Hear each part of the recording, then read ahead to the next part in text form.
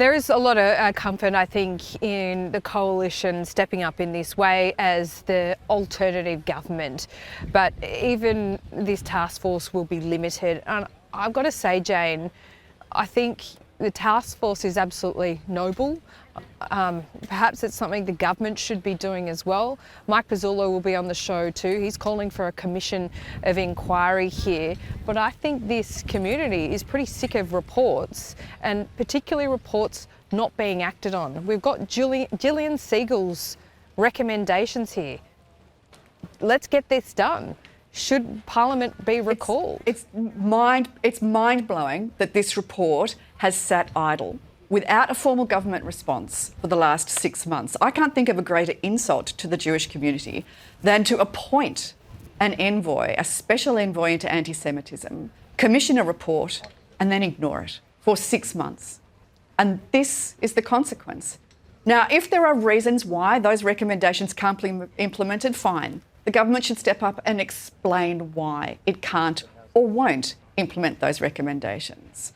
But certainly we need to see a response of some sort, and that's what this coalition task force will do. It will drive change, it will drive implementation of those recommendations. That's its number one priority. And it will also assist the government to make sure that we have the policy, procedures, the positions in place to keep Australians safe, not just the Jewish community in Australia, but all Australians safe. Is our counter-terrorism response adequate? Because let's face it, we've been warned of this threat for the last 2 years. Mike Burgess stepped up nearly a year ago, and said that this was his number one priority. The growing rise of anti-Semitism in Australia was his number one priority, the number one threat to life in Australia. Now, that prophecy unfortunately came true on Sunday. But what is the government going to do about it? I know the Prime Minister has called for unity, and absolutely unity is what he should see, what we should do. But that doesn't mean we cannot be accountable. That doesn't mean that it's an excuse not to act. We don't just need solidarity, we need action. There's a lot that can be said in hindsight, of course, Jane, and not to disagree with anything that you've just said, but what is one thing the PM could have done that he didn't do that would have prevented this?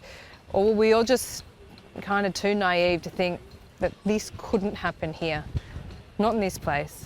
Well, I think there will be so many people that have different opinions as to what it is that the government could have and should have done. Should it have listened to the AFP when it said that it was under-resourced? Should it have listened to Mike Burgess when he said that this is Australia's number one threat right now? Should he have listened to Gillian Siegel, the specially appointed, hand-picked appointed anti-Semitism envoy, when she made recommendations as to how to tackle anti-Semitism at its source? There are so many failures along the way. The question now is what happens next? Now, this is a time for mourning. This is a time for grief. This is a time for unity and a time for solidarity. But we also must see action and accountability from our government, because the government has failed not just the Jewish community, it's failed all Australians. This is going to be a very grim Christmas, a very grim summer, a very grim Hanukkah for so many Australians because of this tragic, dark day that is going to be a cloud over our history for many years to come.